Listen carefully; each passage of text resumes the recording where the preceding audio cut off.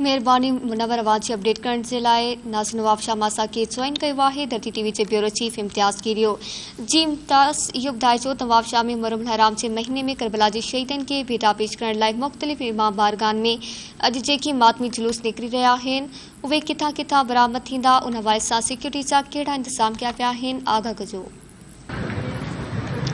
जी बिल्कुल, सॼी मुल्क जियां नवाब शाह में भी आज़ादारी जो सिलसिलो हलंदड़ है। तव्हांखे ॿुधायूं त जेके मेन शहर जो इमाम बारगाहूं आहिनि जंहिंमें कमर बनी हाशिम इमाम बारगाह है, मेन मरकज़ी मुर्तज़ी इमाम बारगाह मोनी बाज़ार है, या शाह खुरासा इमाम बारगाह हबीब शुगर मिल है, सज्जादिया इमाम बारगाह है, गरीबाबाद वाली हुसैनिया इमाम बारगाह है, ईसरपुरे वाली मबदिल उलूम इमाम बारगाह है। उते जेके आहिनि मुख़्तलिफ़ जेके आहिनि ज़ाकिर हज़रात उहे पंहिंजे करबला के शहीदन ऐं उन्हनि जे साथियुनि उन्हनि जे बचड़नि जे खे भेटा पेश करे रहिया आहिनि। पर तव्हांखे ॿुधाईंदा हलूं अॼु 6 मुहर्रम आहे। अॼु जेके रवायती मातमी जुलूस आहे जेको गरीबाबाद खां जेको निकिरंदो आहे, जेको पंहिंजे मुक़ररु रस्तनि तां थींदो मरकज़ी इमाम बारगाह में ख़तमु थींदो। तव्हांखे ॿुधाईंदा हलूं शहज़ादे अली असगर जो झूलो जेको आहे उहो बरामद थींदो आहे गरीबाबाद मां, जेको मुक़ररु रस्तनि तां थींदो इख़्तिताम पज़ीर थींदो मरकज़ी मुर्तज़ी इमाम बारगाह में। सिक्योरिटी की ॻाल्हि कयूं त सिक्योरिटी में SSP शहीद बेनज़ीराबाद अमीर सऊद मंगसी ॿुधायो त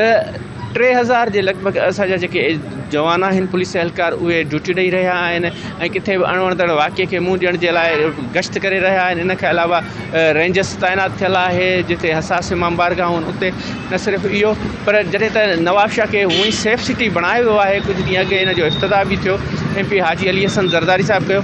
उन में जेके आहिनि मेन जेके चौक चौराहा आहिनि, जेके मेन जेके मरकज़ी जुलूस आहिनि उन्हनि जी निगरानी जे लाइ इहो बि हिकिड़ो आसानी थी आहे। इहो SSP शहीद बेनज़ीराबाद ॿुधायो। तव्हांखे ॿुधाईंदा हलूं जेके रूट रस्ता आहिनि मुहर्रम जे हवाले सां मातमी जुलूसनि जे हवाले सां त उहे बल्दिया पारां असांजो राब्तो थियो CMO अनीसुर रहमान सियाल साहब सां, त हुन ॿुधायो जेके मातमी जुलूस जा जेके रूट रस्ता आहिनि उते जेको आहे सो मुसलसल असां चकास करे रहिया आहियूं उनखे बहितर खां बहितर बनाइण जे हवाले सां।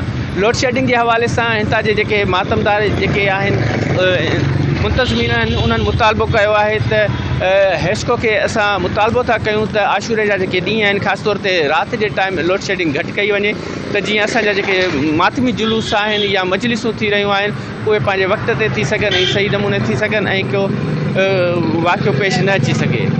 जी।